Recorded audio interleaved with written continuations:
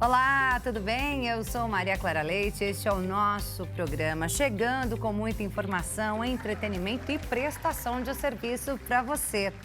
Hoje nós vamos falar sobre a proibição do celular dentro das salas de aula. Uma regra que já vigora em algumas escolas do país e do mundo. Você é contra ou a favor? Bem, continue com a gente que nós vamos trazer todos os detalhes sobre esse assunto. Além disso, nós vamos falar sobre comunicação eficaz, como criar pontes ao invés de muros na comunicação. Você sabe como se faz? Bem, para aprender, continue com a gente, porque o nosso programa começa agora.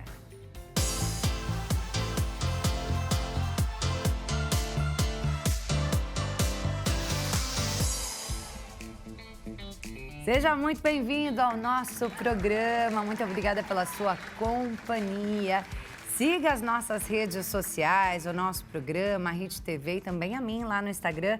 Maria Clara Leite TV é o meu Instagram. Você pode acompanhar o nosso programa também no site hittv.com.br. E hoje nós vamos falar sobre proibição do celular em sala de aula. Esse é o nosso primeiro tema do dia. E se você tem uma opinião sobre esse assunto, manda sua mensagem para a gente no nosso WhatsApp, DDD 11, número 3337-5886.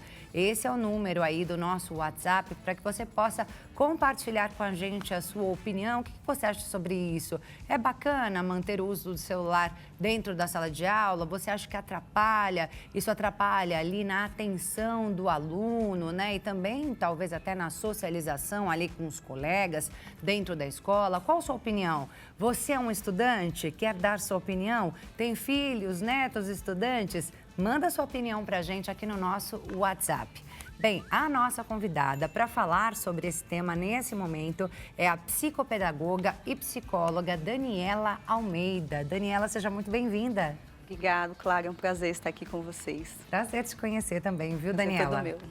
Daniela, a gente tem visto, né, cada vez mais escolas aderindo a restrições ou a proibição mesmo de fato do celular em sala de aula, tanto aqui no Brasil e no mundo, né? No mundo a gente já vê aí várias leis nesse sentido.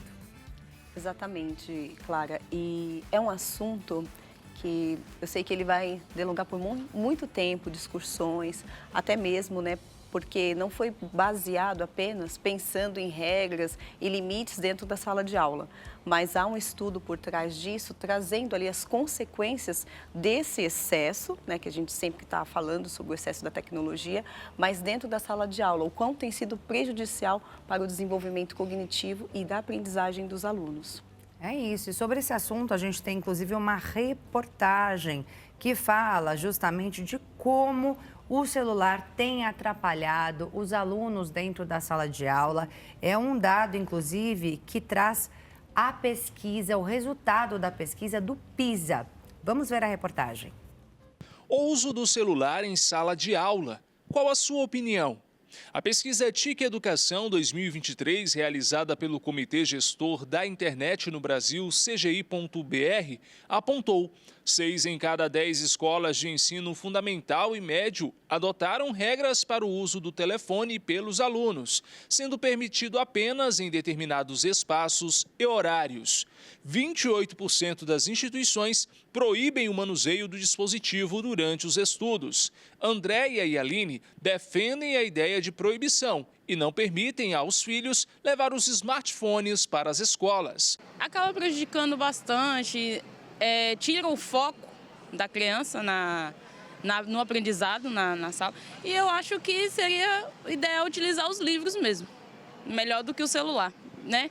Porque esse mundo muito tecnológico tira muito o aprendizado da criança, principalmente com o celular. Tira o foco, aprendizado, né? A tecnologia de hoje em dia já dá tudo pronto. Se fosse utilizar um método antigo, acho que valeria muito mais. Fala a questão de pesquisar mesmo em livros, essas coisas assim, talvez ajudaria mais. Com certeza, faz assim a criança e o adolescente em si também trabalhar sua mente. A Ana Priscila acredita ser necessário diálogo. Se for feito de maneira para que eles possam usar para estudar, Para eles é até melhor, porque é uma galera que é muito ligada na internet, muito ligada no celular, prefere até mais do que escrever, né? Digitar para eles é mais fácil. Porém, se não for para isso, né, acaba que tira a atenção da aula. Então, muitos usam para coisa paralela e acaba que não presta atenção e acaba prejudicando o aprendizado deles. Você acha que cabe à instituição de ensino talvez saber aprender a trabalhar isso com esses alunos para poder incentivá-los a utilizar de maneira consciente? Isso. Cabe à instituição saber usar a internet, as mídias e o celular, o tablet, o que for, para incentivar os meninos a estudarem a partir disso aí. Medida adotada por essa instituição de ensino. De acordo com Hugo, o pós-pandemia trouxe desafios quanto ao uso das tecnologias. Para lidar com o problema, eles buscaram conscientizar os alunos. Celular somente quando necessário. Percebemos que o uso do celular tem tomado lugares de amigos, tem tomado lugares de relacionamentos importantes na vida dos nossos alunos. E com a aprendizagem isso ainda fica muito mais claro, por conta do foco, da atenção. Aquilo que os nossos alunos têm visto nos celulares tem sido muito mais importante do que aquilo que realmente tem que ser visto em sala de aula. Então, o nosso maior desafio é tentar trazer essa tecnologia aliada à educação e uma conscientização. Hoje, o nosso maior trabalho não é só o proibir ou algo assim, né? Retirar o celular, é preciso conscientizar, porque o celular não está só na escola. O celular está presente na vida desse indivíduo, desse aluno, para além da escola. Então, aqui é o lugar que ele precisa de atenção, preciso conscientizar da importância, do foco, da atenção, para que assim ele entenda o porquê o celular está sendo prejudicial para ele. O uso do aparelho também em casa passou a ser discutido. Foi desenvolvida uma atividade lúdica denominada estacionamento para o celular. Uma folha impressa onde os alunos deixam o aparelho enquanto estudam. Qual é o nosso combinado aqui? O tempo para estudar são todos os dias. Então, todos os dias você vai ter que estacionar o seu celular aqui, de costa. Não quero celular assim. Não, porque qualquer notificação vai chamar a sua atenção. Maide acredita ser prejudicial o uso do celular no processo de desenvolvimento educacional e tirou o aparelho do filho. A gente que é mãe, principalmente aqui do ensino, né, das crianças que está começando, está prejudicando muito. Inclusive, eu estou vendo do reforço com ele, porque a utilização de celular desde mais novo acabou atrapalhando o desenvolvimento dele na alfabetização. Ivo Fernandes é doutor em Educação e Tecnologia. Segundo ele, a tecnologia deve ser adotada no ambiente de ensino. Para implementar qualquer tipo de medida, a instituição precisa fomentar o diálogo com os pais. Contudo, há necessidade de estabelecer limites. Eu ainda continuo concordando que simplesmente impedir sem demonstrar uma justificativa para isso, né? Negar ou proibir por proibir, eu acho que não é o melhor caminho. Mas eu também acredito que se essas questões estão crescendo, é porque há uma problemática por trás disso, que a presença desse material e o uso não regrado tem dificultado o trabalho em sala de aula, e que cada escola, cada município, cada Secretaria de Educação tem que analisar essa realidade e avaliar sobre isso. É isso aí, minha gente. E você, o que pensa sobre esse assunto? É um tema que divide opiniões, não é mesmo? Então, manda a sua opinião pra gente, participe do nosso programa com a sua opinião sobre esse assunto. Celular deve ser proibido em sala de aula ou não? Manda aqui sua opinião no nosso WhatsApp DDD 11, número 3337-5886. E eu vou apresentar novamente Daniela Almeida, psicopedagoga, psicóloga, falando sobre esse tema aqui com a gente hoje, né, Daniela? E eu queria que você já trouxesse a sua opinião sobre o que viu aqui na reportagem. Bom, essa reportagem ela traz duas vertentes importantes, né, onde é comentado sobre a proibição e a conscientização. As duas partes eu concordo que sejam importantes. Porém, pensando, né, no estudo que foi realizado antes mesmo de ser tramitado o projeto de lei, como alguns países já existe essa proibição, né, na Europa já tem alguns países como França, Portugal, que já tem essa proibição, essa restrição do uso dos celulares. E agora, chegando aqui no Brasil, né, nós temos a reportagem que foi feita ali na Bahia, no estado de Minas Gerais, e agora no final de abril em São Paulo, que existe esse projeto de lei, é o 293, que está na Lesp, esperando aí algumas votações. Então, não é uma questão apenas de proibir, mas existe todo um estudo por conta disso, pensando no desenvolvimento cognitivo. Então, quando a gente vê as mães falando, né, as mães, elas já têm uma pronta resposta. Não, eu prefiro que proíba, porque em casa, esse excesso de uso desses aparelhos tira, né, tem sido assim prejudicial, claro, no sentido das habilidades sociais. Então, quando eu falo no ambiente escolar, se a gente voltar atrás aqui, no ambiente escolar, foi onde nós construímos os nossos maiores ciclos de amizades, desenvolvemos, né, nossa personalidade, né, as questões emocionais. Então, todas as nossas memórias e vivências estão baseadas nos nossos ambientes escolares. Sim. Porque nós não tínhamos nada para distrair ou tirar daquela zona, né, de habilidades sociais, que é onde eu faço essa troca, e a conversa e a comunicação. E as brincadeiras também, as brincadeiras, né? Que a gente brincava no intervalo, Exato. No recreio que a gente falava, né? Exato, a gente ficava ali naquela ansiedade, contando os minutos para dar o sinal, para correr, para falar com os amigos, para contar alguma coisa interessante. Então, tudo isso se perdeu por conta do aparelho celular. Então, além de tirar o foco, o aprendizado, está trazendo o quê? Danos referente ao nosso desenvolvimento social, a comunicação. Então, é comum você ver, não só falando da sala de aula, mas no nosso ambiente social, as pessoas ali com o celular, e às vezes está com amigos, companheiros, família, e não conseguem interagir. Então, pensando nisso, há essa proibição, uma restrição, a conscientização. A conscientização, já penso que é a longo prazo, porque você traz ali algumas campanhas, né, dentro da própria escola, trazendo para eles, levando para eles as questões prejudiciais. Mas quando eu falo do desenvolvimento cognitivo, Clara, nós temos a parte do nosso córtex frontal, que é onde inibe, né, toda aquela questão da inibição dos nossos impulsos. Nós, adultos, nós conseguimos absorver mais uma questão de conscientização.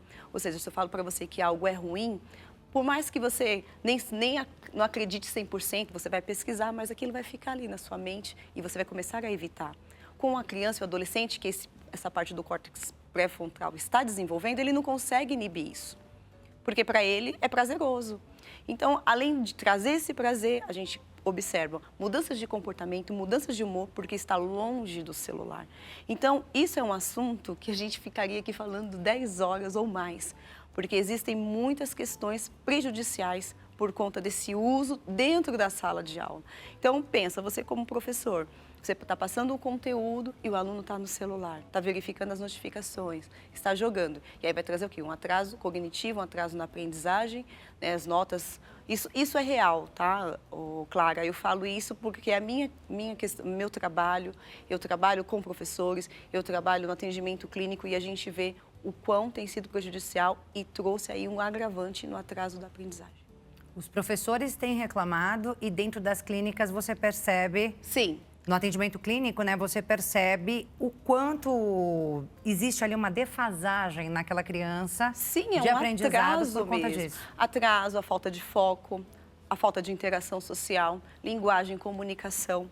Então, as crianças não conseguem, né, ali absorver o conteúdo do professor porque está conectado com o celular, ou se está, porque algumas escolas, falando, né, do nosso estado de São Paulo, prefeitura, estado, já tem essa proibição. Então, assim, vamos dizer assim, um controle, porque até então, às vezes, eles escapam, eles mesmos compartilham isso comigo, mas assim, o quanto isso, eles já estão trabalhando para melhorar o desempenho escolar, porque teve uma pós-pandemia, nós já tivemos todo o processo na educação, todo o atraso nessa aprendizagem. Sim. Então, pós-pandemia, aumentou o uso da tecnologia.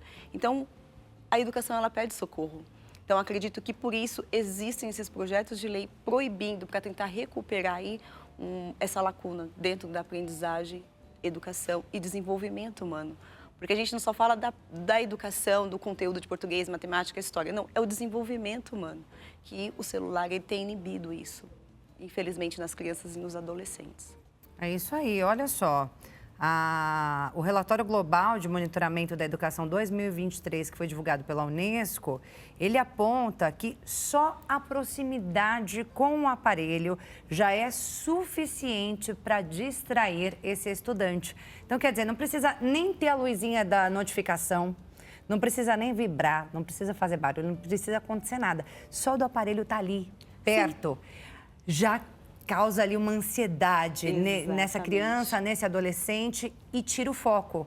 É isso, você concorda com isso, Daniela? Concordo, porque a ansiedade, né? Então, a gente já vai entrar na parte da ansiedade. Então, eu espero que vai chegar uma notificação ou uma atualização de um jogo. Estou falando, né, mais da questão adolescente. É uma notificação nas minhas redes sociais, que alguém, né, curtiu uma foto, um vídeo, né, algum story, enfim. Então, eu estou esperando a qualquer momento chegar aquela notificação. A partir do momento que eu estou tirando o meu foco do que o professor está falando, da sala, da lousa, enfim, dos conteúdos, a minha ansiedade, a minha atenção está focada ali no aparelho. Então, o que eu aprendi? O que o professor falou? Não sei. Qual foi a tarefa de casa? Não sei. Então, eles não perguntam, porque às vezes ficam constrangidos, porque sabem que não estava prestando atenção, e aí vai atrasando as notas, né, o baixo rendimento escolar, atrasando a aprendizagem e a questão comportamental.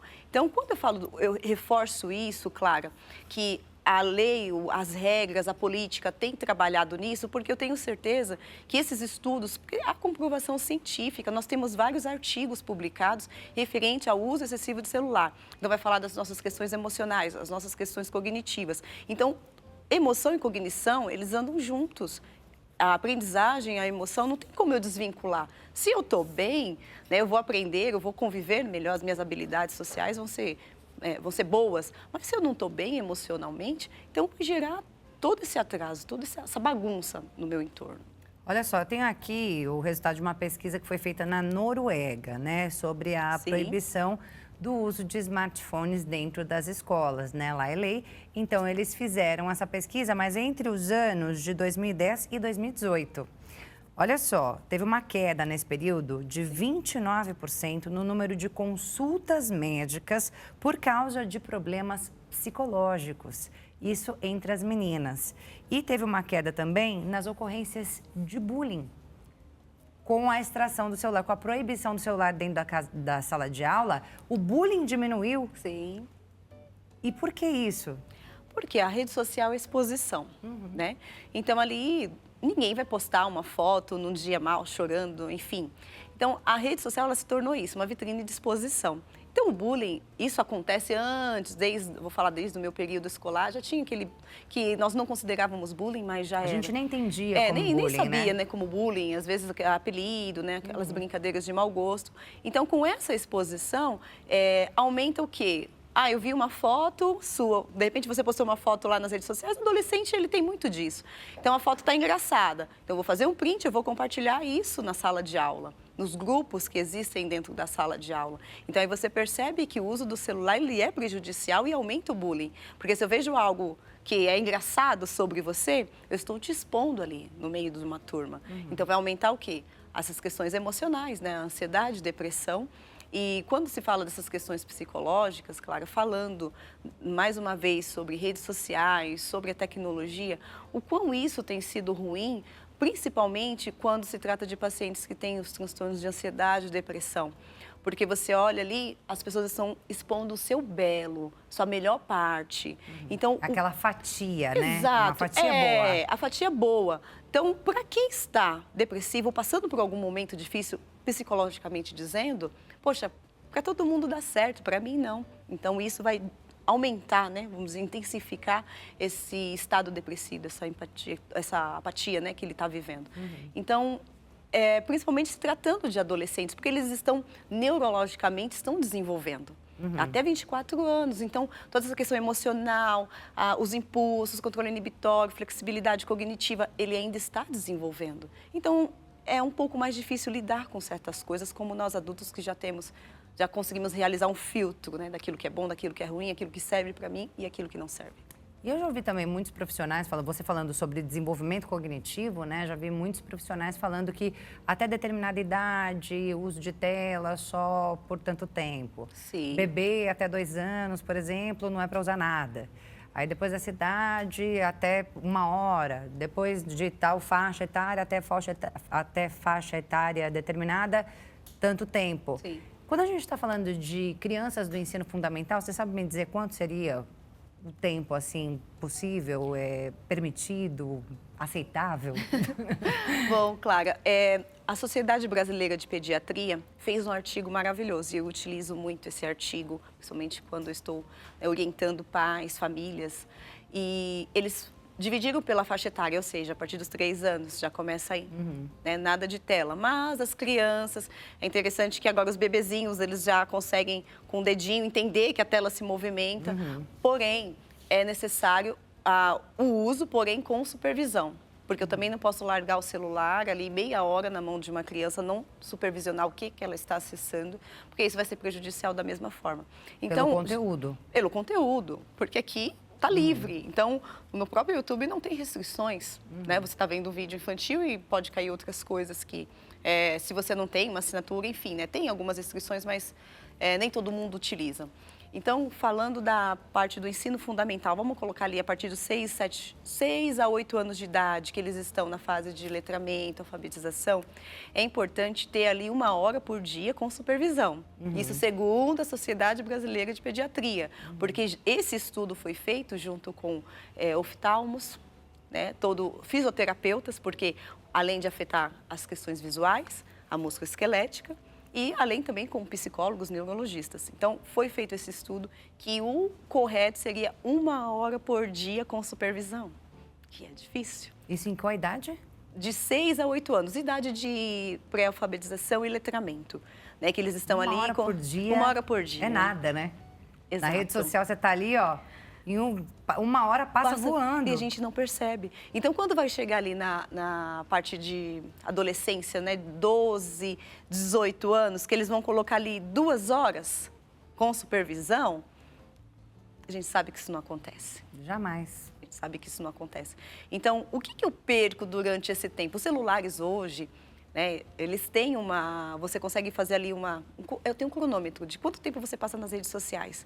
Se você for observar, Clara, esse tempo você estaria aprendendo uma língua, estaria lendo um livro, tendo novos conhecimentos, praticando uma atividade física. Então, para a criança, para o adolescente, quando a escola, a educação, ela pensa nessa proibição, ou seja, para que ele viva aquele momento, ele esteja naquele ambiente.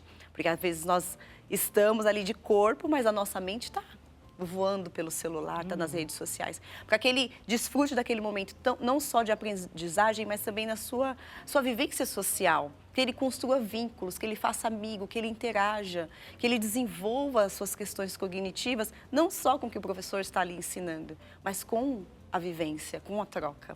Então, a escola, ela pensa nisso, a educação, ela pensa nisso quando ela fala sobre a proibição desse uso.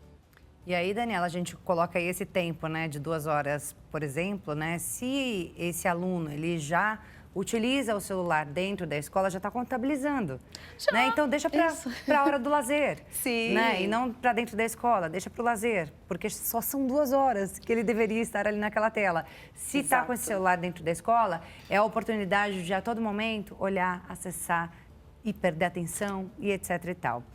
Olha só, a gente tem uma opinião que chegou aqui do nosso telespectador, vamos colocar na tela, chegou pelo nosso WhatsApp, a Graziela, de São José do Rio Preto. Obrigada, Graziela, pela sua participação. Ela diz, boa tarde, eu tenho um filho de 14 anos, ele não leva o celular para a escola, eu sou super a favor de não levar o celular para o colégio. Obrigada, Graziela, pela sua opinião, pela sua participação. Lembrando que você que está em casa também pode participar. Qual a sua opinião sobre proibir o celular dentro da sala de aula? Manda a sua opinião para a gente, participe do nosso programa pelo nosso WhatsApp DDD 11, número 3337-5886. A gente vê, como você falou, né, assim que a gente terminou de ver a reportagem, né, a gente observa que realmente os pais são a favor, a maior parte, né? Porque eles convivem ali a maior parte do tempo, né? Com a criança e com o adolescente. E sabe o quão difícil é tirar o foco do aparelho, tirar esse adolescente, né, daquela interação com o aparelho. Eles acompanham isso. Então, às vezes, numa tarefa doméstica, né, que você pede para o seu filho fazer, já vou. 1 hora, 2 horas, ele está ali com o aparelho. Então, os pais estão tendo essa dificuldade, Por isso que eu sempre falo para os pais, Clara, é bom essa fase de adolescência, hoje nós temos programas que eles podem realizar atividades físicas gratuitamente aqui em São Paulo. Então, se procurar fazer uma atividade física, extracurricular, que eu falo, fora da escola, fazer atividades que envolvam, que trabalhem aí não só a questão cognitiva social, mas também física, porque isso causa sedentarismo. Então, eu fico a maior parte do meu tempo sentado, com o celular na mão, não interajo com ninguém, eu vivo ali no meu mundo fechado. Então, emocionalmente, fisicamente, né, psicologicamente, isso não é bom, né, visto como bom. Essa fase da vida é o momento que nós vamos criar memórias, experiências, e através dessas memórias e experiências que vai trazer o nosso desenvolvimento pessoal. Exatamente. E aí você falou das atividades físicas, né, que vão fazer bem para a saúde física e também mental. Sim, mental, né? porque E também mental. Ela vai desenvolver hormônios, endorfina, dopamina, né, que me faz sentir o bem-estar, né, ter um bom humor. E quando eu falo de atividade física, às vezes vai fazer uma natação, futebol, mas brincar, correr, pular, subir, descer. Exatamente. Rir, faz bem. Né? Não é uma atividade física, mas é tão bom, mas é tão necessário, não é? Mas é prazeroso. Olha, quem é contra, né, diz que proibir o uso do celular na escola seria uma forma de privar os alunos da liberdade ou do direito de comunicação. Como é que você vê isso? Bom, não é uma privação à comunicação, porque a proibição, até então, aonde nós estudamos que existe essa proibição, eles querem tirar de dentro da sala de aula, porém ele vai ter um lugar para estacionar o celular, ou seja, no intervalo ele pode ter acesso. Como a gente viu ali na reportagem, exato, né? Exato. Porém, outros não, já querem restringir mesmo, ou seja, entrada e saída. Assim como concurso público, não sei se você já prestou alguma prova, que você lacra o celular e depois você vai deslacrar fora do ambiente ali que você está prestando essa prova. Então, eles pensam nisso, só que eu não vejo como uma restrição, né? Como vamos dizer, uma ditadura, uma privação. Porque no momento ali, no ambiente escolar, o aluno ele está ali para viver o aprendizado, ele está ali para aprender. Né? E a comunicação, ele pode se comunicar com os demais. Com quem está ali dentro, né? Isso. Falando sobre isso, claro, quando eu estava pesquisando sobre esse tema, existem alguns professores que é contra porque eles utilizam as tecnologias, tem algumas ferramentas pedagógicas que são utilizadas no celular, que também auxiliam na aprendizagem. Concordo. Só que falando de uma certa faixa etária, nós não temos esse controle, eles não conseguem controlar o momento de usar e o momento de não usar. Então, penso que ainda tem muitas pesquisas para serem realizadas, porém, tratando-se de uma faixa etária da adolescência, tem que se repensar sobre isso. Não é que é uma imposição, uma privação, mas é uma necessidade. Eu penso que é uma necessidade, que é necessário realizar isso. Vamos ver o que o pessoal está falando? A gente tem mais alguns comentários, umas opiniões que chegaram aqui no WhatsApp. José Francisco, olha ele lá, ele diz, tem que ser proibido sim, com certeza. Obrigada, José, pela sua participação. Mais um, então, que é a favor da proibição do celular em sala de aula. Tem mais um WhatsApp? Olha lá, a Lisbeth. Ela é de Minas Gerais, um beijão para todo mundo aí de Minas. Obrigada, Lisbeth. Ela fala, eu não acho legal o uso de celular na sala de aula. Eu também não acho legal não, viu, Lisbeth? Não acho legal mesmo. Daniela também não acha legal o uso do celular na sala de aula. E aquilo que você estava falando, né? A comunicação, quando a gente está na escola, é para ser com quem está na escola. Não é? Interação, momento de interação. E é um tempo tão curto. Exatamente. Né? Falando do período integral, né? Que hoje muitas escolas têm essa grade horária aí referente a essas escolas, né? Período integral e tal. Mas são períodos curtos, 4 horas, 3 horas e meia, né? Então, para eles entenderem isso, eles vão ser resistentes. Eu estou tirando algo que é bom para mim. Ou seja, aí vai entrar com aquela sensação de privação. Estou sendo privado de fazer aquilo que eu gosto. Mas eu penso que a escola ela pode continuar, mesmo havendo a proibição, continuar trabalhando com a conscientização, levando para o aluno, ensinando para o aluno que esse excesso será prejudicial para o seu desenvolvimento. Não momentâneo, mas vou dizer assim, a longo prazo, futuro. na sua adultez, nós chamamos, né? O quanto isso pode ser ruim para as suas interações sociais, pensando no seu lado profissional, desenvolver uma comunicação, habilidade, o pensar, focar, raciocinar. Então, trazer isso é de suma importância, que a educação pense nisso. Se houver realmente essa proibição, claro que em alguns lugares já é proibido, mas trabalhar com conscientização, para que eles compreendam o motivo que eles estão sendo restringidos a usar o celular. E se não tiver a proibição, fica difícil de restringir, né? Porque, por exemplo, vamos supor, não vamos proibir, mas aí a escola começa a conscientizar, os pais em casa, a gente vê que muitos pais concordam, né? De não se usar o celular dentro da sala de aula. Eles percebem o quão prejudicial tem sido. Mas se não tiver proibição, esse aluno não vai deixar de usar. Não. Mesmo com o pai falando, não vai usar. Professor falando, gente, não é bacana usar. Ele vai continuar usando.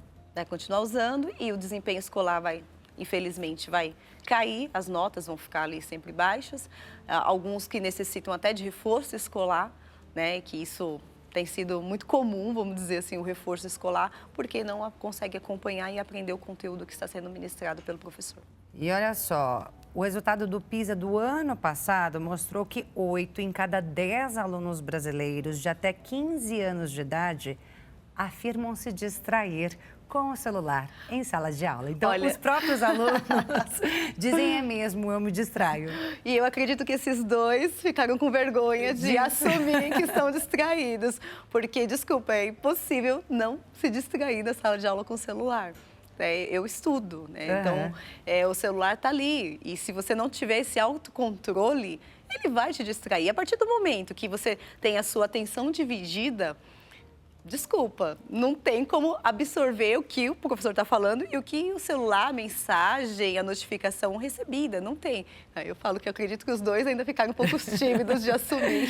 Ficaram envergonhados. Ficaram envergonhados, E você que está em casa, está participando, eu agradeço muito a sua participação aqui no nosso programa, contribuindo aí com a sua opinião sobre esse tema, uso de celular dentro da sala de aula. A gente tem mais WhatsApp chegando. Vamos colocar na tela, por favor. É a Maria dos Santos. Oi, Maria. Obrigada pela sua participação.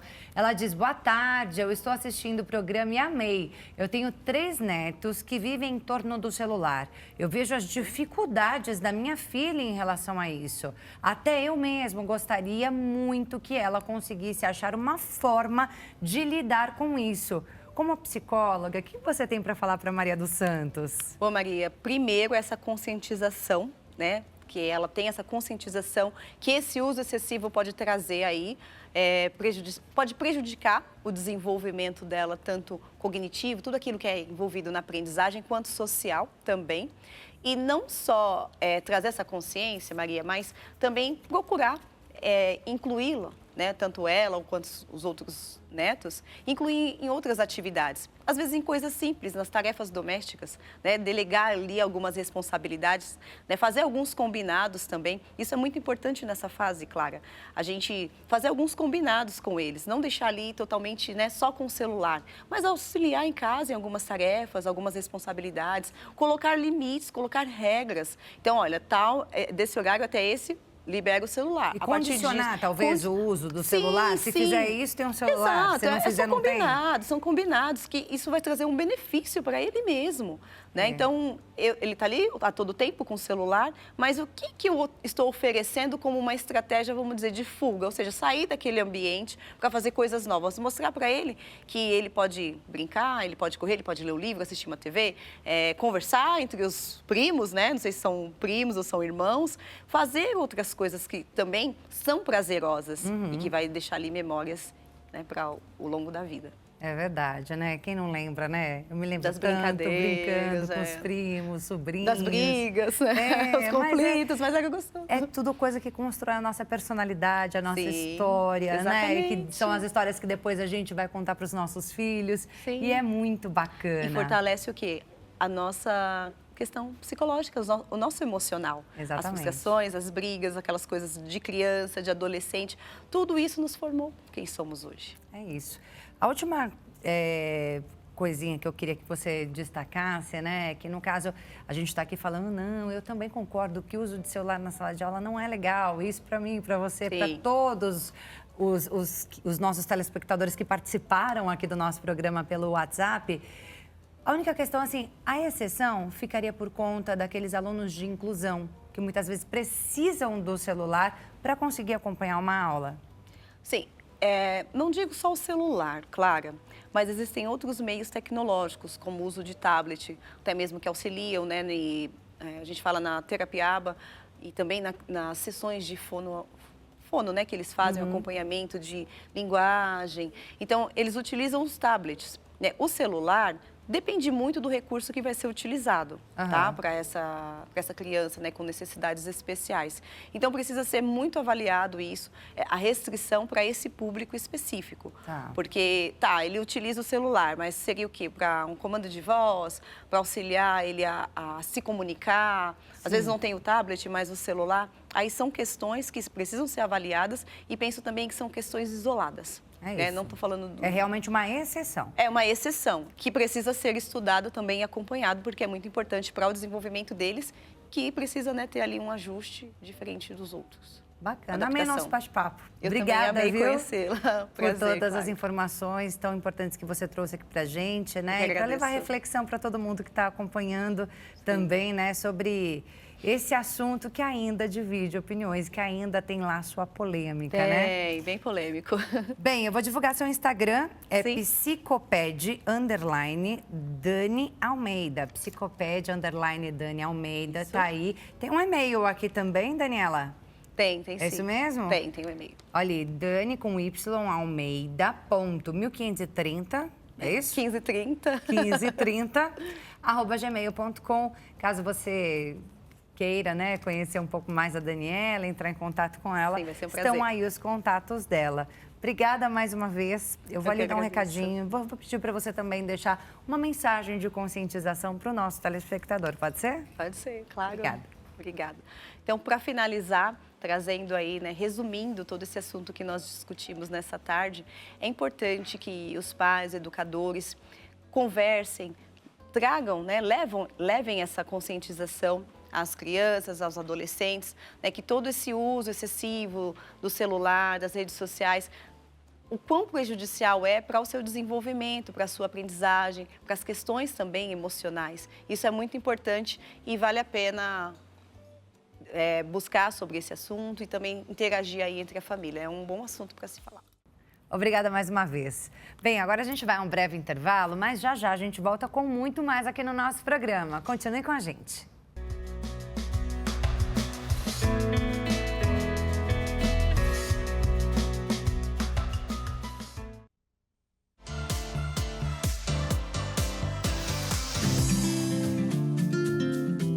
Já estamos de volta mais uma vez, seja muito bem-vindo aqui ao nosso programa. Muito obrigada pela sua companhia. Já tivemos um assunto muito importante, com informações aqui muito relevantes sobre o uso de celular na sala de aula. A gente pediu para você participar com a sua opinião sobre esse assunto. Eu estou muito feliz porque tivemos aqui muitas participações, então eu te agradeço muito pela sua participação. A gente não conseguiu ler todas as mensagens. A você que enviou a sua mensagem, a gente não conseguiu ler, eu peço perdão, mas agradeço a sua participação mesmo assim. E agora é hora de prestação de serviço aqui no nosso programa. Roda a vinheta.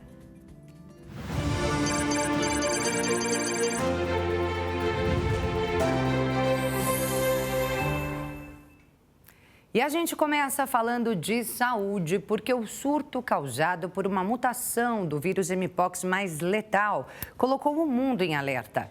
A doença se espalhou pela República Democrática do Congo, pelos países vizinhos como Burundi, Quênia, Ruanda e Uganda e já chegou até a Suécia, na Europa. Pela segunda vez em 2 anos, a Organização Mundial da Saúde declarou a Mpox uma emergência de saúde pública global. Mas o diretor para a Europa da Organização Mundial da Saúde disse que a Mpox não é a nova Covid, porque, segundo ele, o mundo sabe muito mais sobre a Mpox. E a virologista brasileira Clarissa Damaso, que é consultora do Comitê Consultivo de Pesquisa sobre o vírus da varíola da OMS, afirmou em uma entrevista que não acredita em uma onda avassaladora da doença aqui no Brasil. Inicialmente, os sintomas da doença são febre, dor no corpo, cansaço e gânglios inchados. E só depois de uns 3 ou 4 dias, mais ou menos, é que aparecem as lesões na pele. A transmissão de humanos para humanos acontece por meio do contato com fluidos corporais, gotículas respiratórias e também por lesões na pele. Bem, e essa próxima notícia é uma esperança para os pacientes de Parkinson. Pesquisadores norte-americanos descobriram que um marca-passo feito com inteligência artificial reduz em até 50% os sintomas da doença. O dispositivo, que utiliza sinais cerebrais, tem mostrado resultados positivos em tratar problemas de movimento e insônia em pessoas com Parkinson. Esse marca-passo utiliza métodos derivados da inteligência artificial para realizar o monitoramento da atividade cerebral do paciente, fazendo com que as estimulações diárias sejam ajustadas. Por meio desse dispositivo, o paciente não deixa de tomar suas medicações, mas a quantidade de remédios é reduzida. Depois dessa descoberta, podem surgir aí novos tratamentos utilizando essa tecnologia para diferentes distúrbios neurológicos. E olha só, saiu mais uma pesquisa sobre a obesidade no Brasil. De cada 10 pessoas, 6 passaram do ponto. E isso é fruto de uma combinação aí de fatores genéticos com alimentação, falta de exercício. Essa pesquisa do Datafolha com a farmacêutica dinamarquesa Novo Nordisk diz que 59% dos brasileiros têm sobrepeso ou obesidade. Foram ouvidas cerca de 2.000 pessoas de várias regiões do país. Outros levantamentos mostram que pelo menos 70% das pessoas com sobrepeso ou obesidade querem emagrecer. Mas especialistas afirmam que uma parcela dessa população acredita ter boa saúde, mesmo estando acima do peso. Porém, os médicos sempre alertam para o aumento do risco de doenças cardiovasculares, diabetes e outras doenças diante daqueles quilinhos a mais.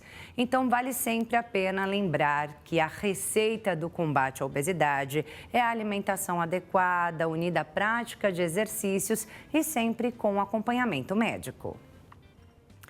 Agora eu te pergunto, você tem um bichinho de estimação? Bem, um estudo feito pela Universidade de Harvard comprovou que o contato com os animais deixa mesmo as pessoas mais felizes e ainda reduz o risco de depressão e ansiedade. Os participantes da pesquisa responderam perguntas sobre os sintomas relacionados a problemas de saúde mental e também sobre o vínculo com cães e gatos. Entre esses participantes, estão mulheres adultas com traumas de infância. A partir dos dados coletados, os pesquisadores concluíram que a presença dos animais reduziu os índices de depressão e ansiedade para 72% das mulheres vítimas de abuso quando crianças. Ainda segundo o estudo, quanto mais apegado ao animal de estimação, menor será o risco de depressão e ansiedade do tutor. E agora a gente muda de assunto para falar da readequação da malha da Voipaz. 9 rotas da empresa aérea deixarão de operar aqui no Brasil. A partir do dia 26 de agosto, os destinos afetados serão Salvador, na Bahia, Natal e Mossoró, no Rio Grande do Norte. Já em 2 de setembro, a medida vai atingir São José do Rio Preto, que é a única rota afetada no estado de São Paulo, além de Cascavel, no Paraná, e Rio Verde, em Goiás. Lembrando que no último dia 9 de agosto já tinham sido suspensas as rotas de Confins, Minas Gerais, Fortaleza, Ceará e Porto Seguro, na Bahia. Essa decisão da Voipaz foi anunciada após o acidente aéreo em Vinhedo, no interior de São Paulo, no dia 9 de agosto. Em nota, a companhia aérea informou que, com uma aeronave a menos em sua frota, a mudança foi necessária e os trechos atuais e futuros serão replanejados. O objetivo dessa medida, segundo o texto, é garantir uma melhora significativa na experiência dos passageiros, minimizando eventuais atrasos e cancelamentos. Bem, para encerrar, a gente fala de educação. Quem pretende prestar o vestibular da FUVEST, um dos mais concorridos do país, já pode se inscrever. As inscrições abriram nesta semana e vão até o dia 8 de outubro. E elas devem ser feitas pelo site fuvest.br. Para quem não teve a isenção aprovada, a taxa de inscrição está no valor aí de R$ 211. A primeira fase da prova vai acontecer em novembro e a segunda em dezembro. Com esse lembrete, então, nós encerramos a nossa prestação de serviço de hoje.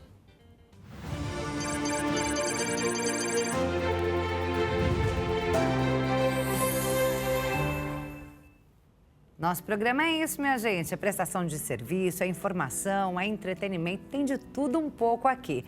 Bem, agora a gente vai a um breve intervalo e já a gente volta com muito mais aqui no nosso programa, hein? Continue com a gente.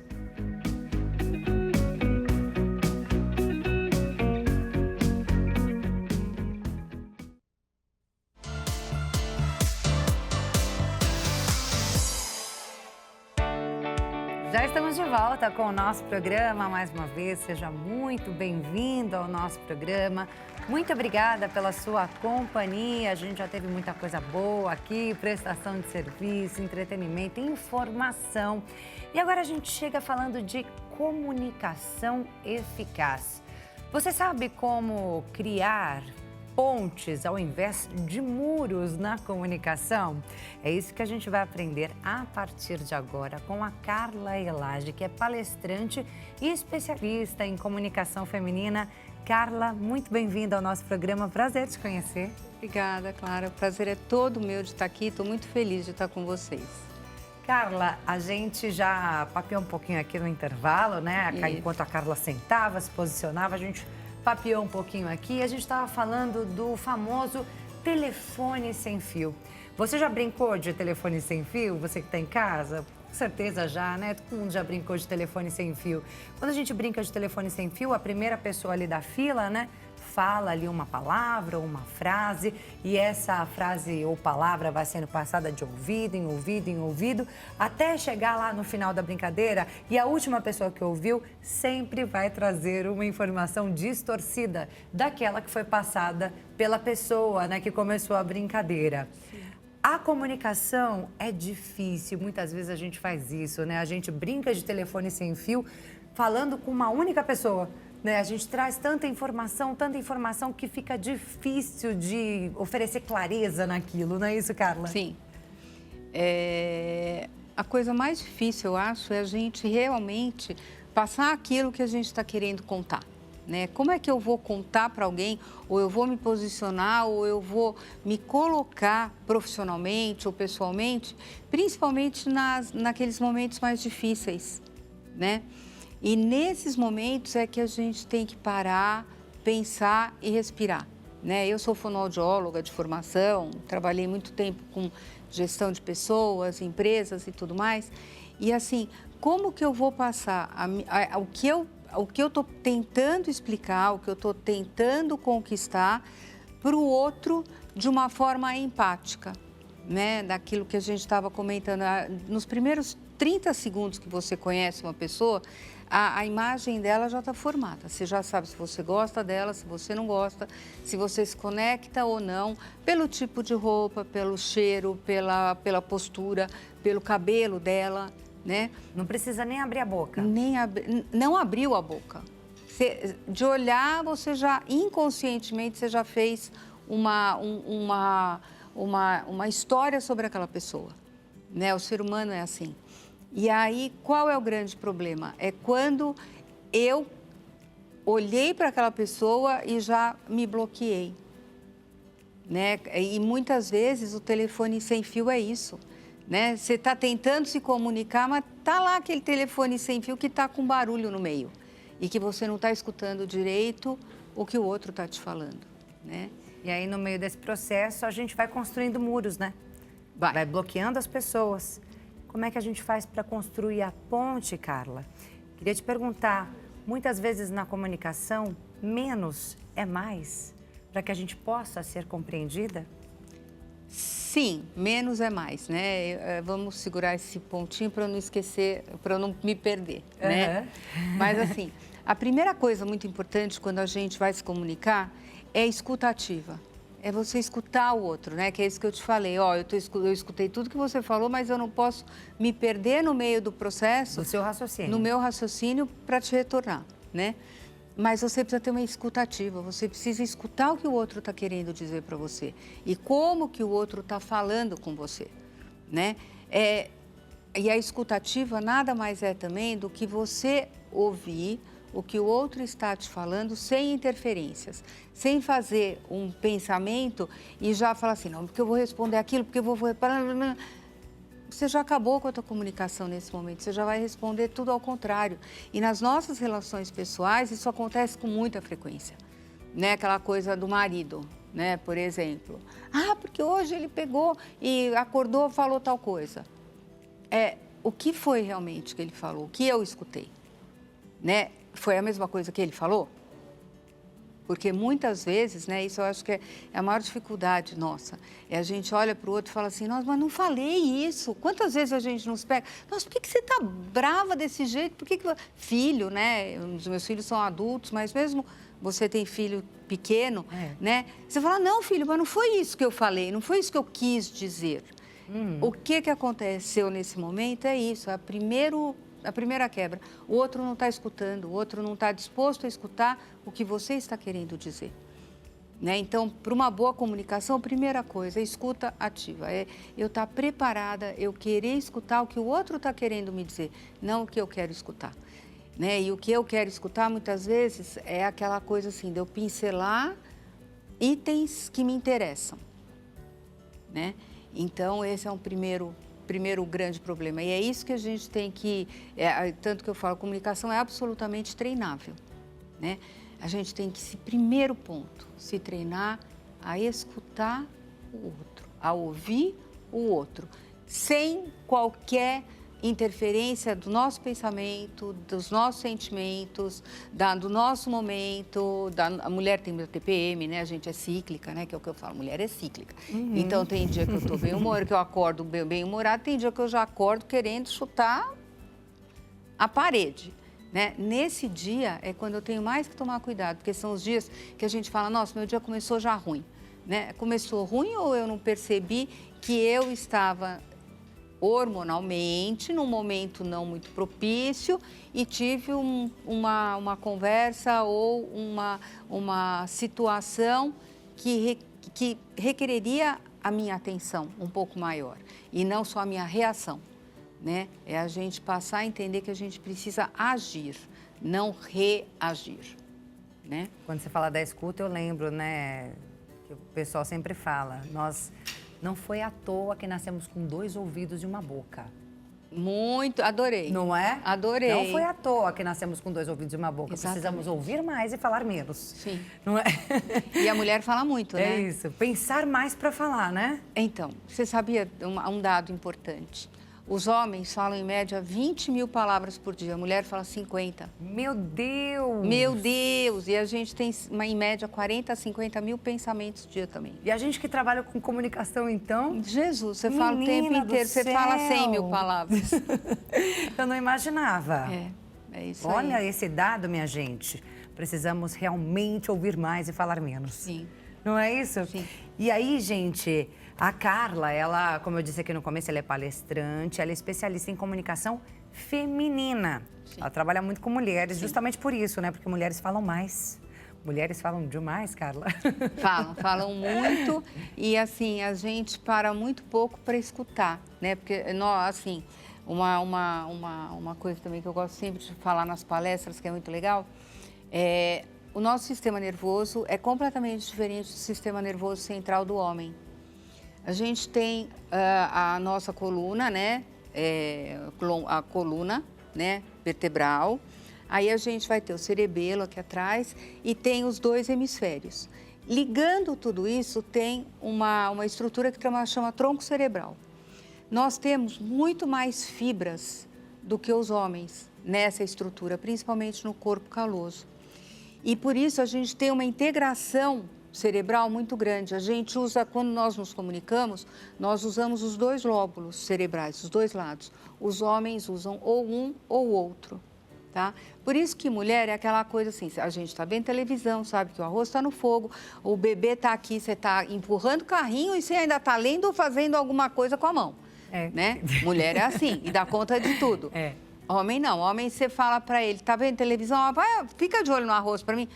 Nem ouviu. Queimou, já foi, você pode pegar outra panela, porque o arroz já foi pro saco, né? Mas é por causa disso. Então, a gente tem muita coisa acontecendo o tempo inteiro. Então, para nós, mulheres, é muito mais difícil a gente parar para escutar. Por isso que é um grande exercício, né? O dia que eu me toquei disso, eu falava assim, Carla, para, respira, escuta.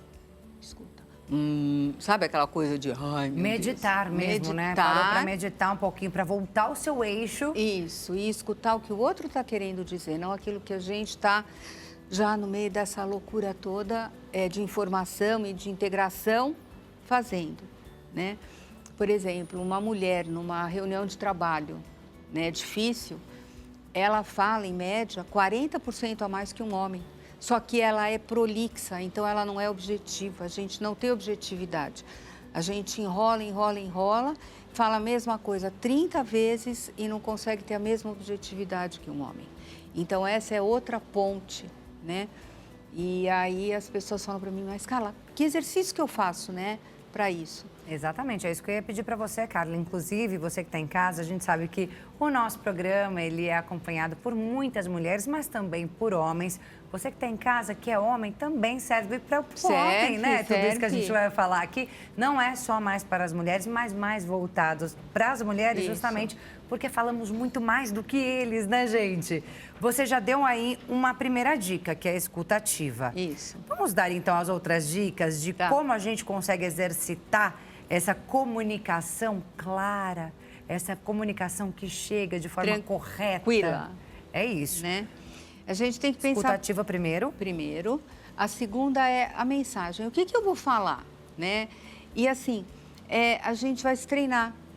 E sempre precisa treinar, principalmente quando são situações de estresse, situações onde você está sendo medida, conversas difíceis, né? Com mãe, com irmãos, com filhos, né? A gente tem essa conversa. Você deve ter com o teu filho, claro, né? Mesmo pequenininho assim, amor, eu te amo, mas... né? Você tem que ir bem na escola. Exatamente. Do jeito que tá, não tá bom, né? E muitas vezes a gente tem que tomar atitudes mesmo, ou por um castigo, ou colocar de recesso alguma coisa, né? Falar, você não vai mexer com tal coisa, você vai estudar de tantas horas por dia, que não são coisas muito fáceis, mesmo com uma criança, né? E eu acho que conforme está indo, as crianças também estão cada vez mais difíceis, né? Então, escrever. Sabe, fazer um roteiro. A vida da gente é feita de roteiro. É como viajar, né? Quando eu vou viajar, se eu pegar uma estrada e eu não souber para onde eu vou ser super pouco eficiente. Eu vou gastar mais gasolina, eu provavelmente vou parar em algum lugar que eu não quero, né? Agora, se eu fizer um roteiro, eu vou escrever lá, para onde que eu quero ir? Eu quero ir de São Paulo para Sorocaba. Que estrada que eu vou tomar? Né? Eu vou parar para comer, para me alimentar, vou ficar com fome, com sede, vai acabar a gasolina, não vai? A mesma coisa é a comunicação.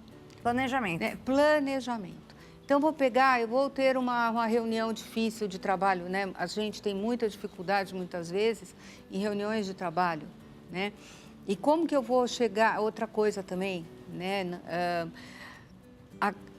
O homem para a mulher, nas relações de homem e mulher, e mesmo mulher para mulher, nós somos muito interrompidos na hora do processo do pensamento.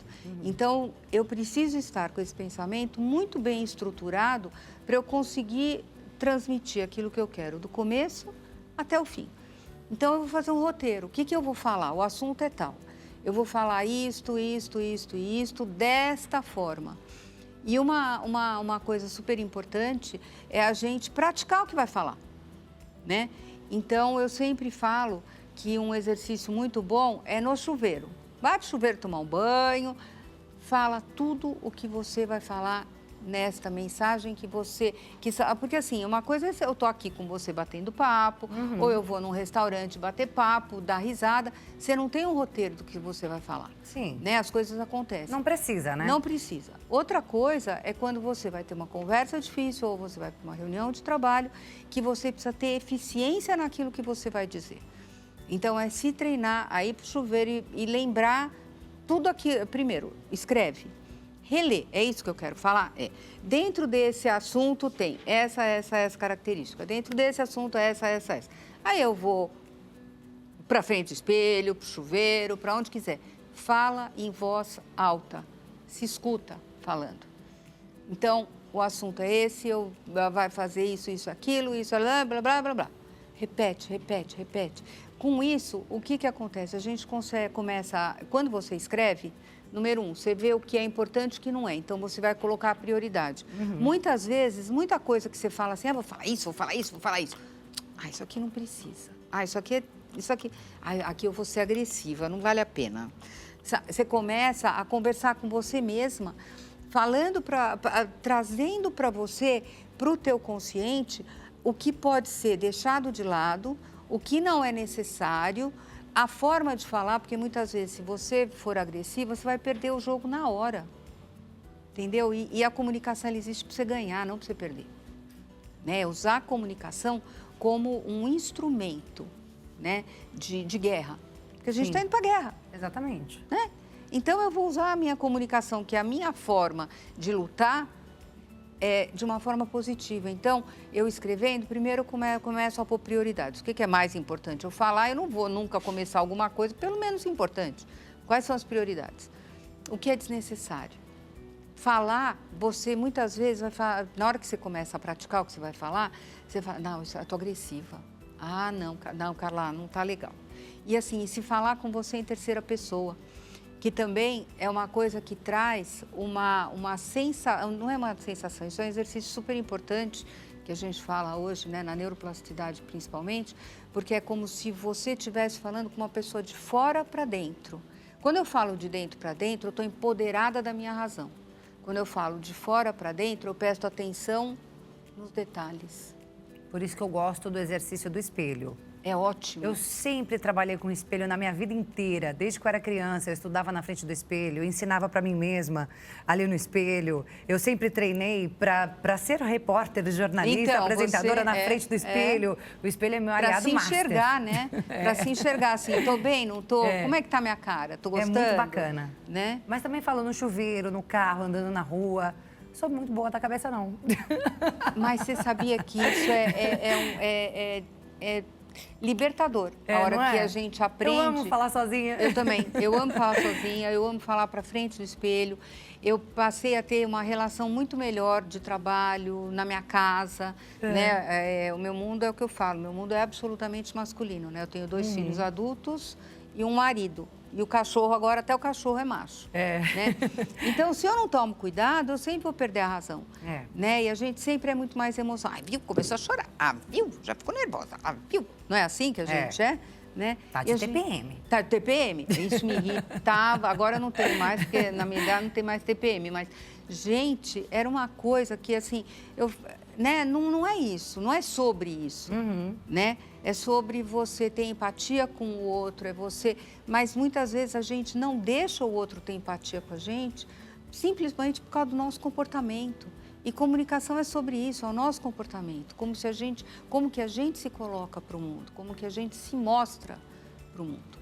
E aí você falou, né, que é importante a gente escrever, ler aquilo que a gente escreveu e muitas vezes descartar aquilo que não é tão importante. É por isso que eu disse, na comunicação, menos é mais. Menos é mais. Porque você vai ser melhor compreendida se falar menos. E mais objetiva. De uma forma mais objetiva, mais clara. Vai no ponto. É isso. Né? É assim, você não usar, você usar a ponte certa. Você não ficar dando volta, sabe? Sabe assim, tipo, quando a gente vai... Eu vou para o Guarujá, eu vou para Santos pela estrada. Claro que é pela estrada, né, Carla? Oi. Mas eu vou para Santos. Eu posso escolher pela Estrada Velha. Né? A Estrada Velha, acho que nem eu nunca fui, mas ela é assim, ó. É uma via que vai, uma que vem e dá a volta. E eu posso escolher ir pela Imigrantes, que é túnel, aqueles, né, tudo reto, e você chega. Então, é muito melhor você ir direto pela Imigrantes do que você ir pela Estrada Velha, sabe, dando voltas. O dar a volta te demora muito mais, demanda muito mais energia, porque você tem que estar muito mais atenta, olhando para cada curvinha. Ao passo que se você está num estradão de muitas pistas e mais reto, você consegue ir numa velocidade muito mais rápida. Você chega ao teu objetivo de uma forma muito mais eficiente e melhor, com melhor qualidade, inclusive. É importante a gente avaliar quem é o nosso ouvinte nessa hora para que a gente escolha as palavras corretas para falar com ele, as palavras que realmente vão atingi-lo? Sim, sempre. Você tem que saber com quem você está falando. A forma que você fala com uma criança é de um jeito, a forma que você fala com um adulto é de outro, com um homem é de um jeito, com uma mulher é de outro, né? Nós mulheres, por exemplo, você vai cumprimentar um homem, né? Você chega e fala, oi, como vai? Tudo bem? Meu nome é Clara, não sei o quê, nananá. Oi, Clara, tudo bem? Como você está? Tudo bom, obrigada. Mulher é assim. Oi, Clara, tudo bom? Nossa, adorei seu brinco. Eu estava olhando seu brinco agora de verdade. Nossa, adorei seu brinco. Você tá boa? Ah, porque eu acho que eu te conheço de algum lugar. Né? Mulher é assim, homem é aquela coisa instantânea, ponto, acabou. Nós não. Então, eu tenho que saber com quem eu estou falando. Se eu chegar para um cara e falar assim, oi, tudo bem? Nossa, adorei seu cabelo, né? Ele vai até estranhar, ele né? Ele vai olhar pra mim e vai falar assim... É doido, não é bom da cabeça, não. É doida, não quero nem chegar perto dela, né? Então, assim, isso é muito importante, a gente saber com quem a gente está falando, porque a forma de abordar é diferente, né? Eu vou chegar para você, ai, que fofa, ai, adorei isso. Se eu chegar para você e falar assim, ai, Clara, você vai falar assim... virou na mandioquinha, né? Então, isso é o extremo, tá? Mas, assim, a gente tem que saber, sim, com o que a gente está falando, como a gente pode chegar nessa pessoa, estudar, muitas vezes, essa pessoa, profissionalmente, principalmente. Sim. Hoje, né, o que eu oriento entra no LinkedIn da pessoa, vê o que ela faz, vê quais são as habilidades dela. Não vá sem saber com quem você está falando, né? Então, é primordial, eu diria. É um dos treinamentos também, né? Então, a primeira coisa, saber com quem eu vou falar. Entrar no LinkedIn, ver quem é. Ou então, assim, você vai sair, sei lá, com namorado, marido, você vai sair com um casal de amigos. Você sempre pergunta, como é que a pessoa é? Né? Eu vou te levar a conhecer um casal que eu acho que você vai adorar, né? Vamos sair para jantar? Vamos. Comer uma pizza? Tá. É uma amiga minha, ela faz... A gente já entrega meio que o histórico da pessoa, né? Você não convida alguém para ir na tua casa junto com um casal que você conhece também, ou com uma amiga, né? Quando vai te apresentar, né? Quem não está namorando, eu vou te apresentar um amigo. Meu, quem é esse amigo? Né? Que cara que ele tem? Com quem ele parece? Né? Ele vai conectar comigo, não vai? Então, a gente sempre procurar saber com quem você vai falar, porque isso também te dá uma condição de assertividade muito maior. Carla, a gente está chegando ao fim do nosso programa. Eu vou pedir para você dar aquela última dica de ouro em um minutinho, para que a gente não deixe o nosso telespectador também sem essa última dica de ouro. Sim, é assim, tomar muito cuidado com o que fala, porque muitas vezes o que a gente fala pode nos caracterizar se a gente fala coisa errada para a pessoa errada. E também usar a comunicação a nosso favor, se treinar a efetivamente ganhar, sabe? A gente precisa aprender a ganhar na vida. E a comunicação, eu acho que é a porta de entrada para você ganhar o que você quiser. Então, na hora que eu me comunico direito, que eu sei o que eu vou falar, para quem eu vou falar, profissionalmente ou pessoalmente, eu só vou ganhar com isso. E a gente tem que fazer da vida um ganha-ganha. Não dá para fazer na vida um jogo de perda, de perder, de ser perdedora. Não, a gente tem que se acostumar a só ganhar. É isso aí. Comunicação não pode ser muro, tem que ser ponte e porta. Muito. É isso? Exatamente. Aprendi. Obrigada, Carla Elage. Gente, maravilhosa, né? Palestrante, especialista em comunicação feminina. Gostei muito de te conhecer, viu? Muito obrigada, Clara. A gente tem aqui o @CarlaElage_. Isso, é assim que você está lá no Instagram, né? Isso. E a gente tem mais um Instagram ali, que é o Ela Líder 360. Ela Líder 360. Que é esse trabalho, e a gente também tem um trabalho muito grande com mentoria para mulheres, tanto para desenvolvimento pessoal, desenvolvimento profissional, enfim. Tá certo, Carla. Obrigada. Prazer te conhecer mais uma vez. Obrigada. E muito obrigada por ter trazido informações tão importantes, tão relevantes para a gente aqui. Muito obrigada. Uma próxima oportunidade. Se Deus quiser. E a você que está em casa, eu agradeço muito a sua companhia, viu quanta coisa legal que a gente aprendeu hoje, né? Falamos aí de comunicação, aquela comunicação assertiva, Carla trabalhando aí com mulheres, mas todas essas dicas que ela trouxe aqui pra gente hoje vale para todo mundo, né, gente? Vale para as pessoas que trabalham em todas as áreas. São informações aí, dicas importantíssimas para a nossa vida como um todo. Então, a gente falou sobre isso, teve prestação de serviço, a gente falou também sobre o uso do celular nas escolas. Pois é, muita coisa a gente aprendeu e tem muito mais a aprender todos os dias aqui no nosso programa, de segunda a sexta-feira, sempre às 2h da tarde. Eu te espero, hein? Fica com Deus, uma ótima tarde para você. Beijo grande e até a próxima.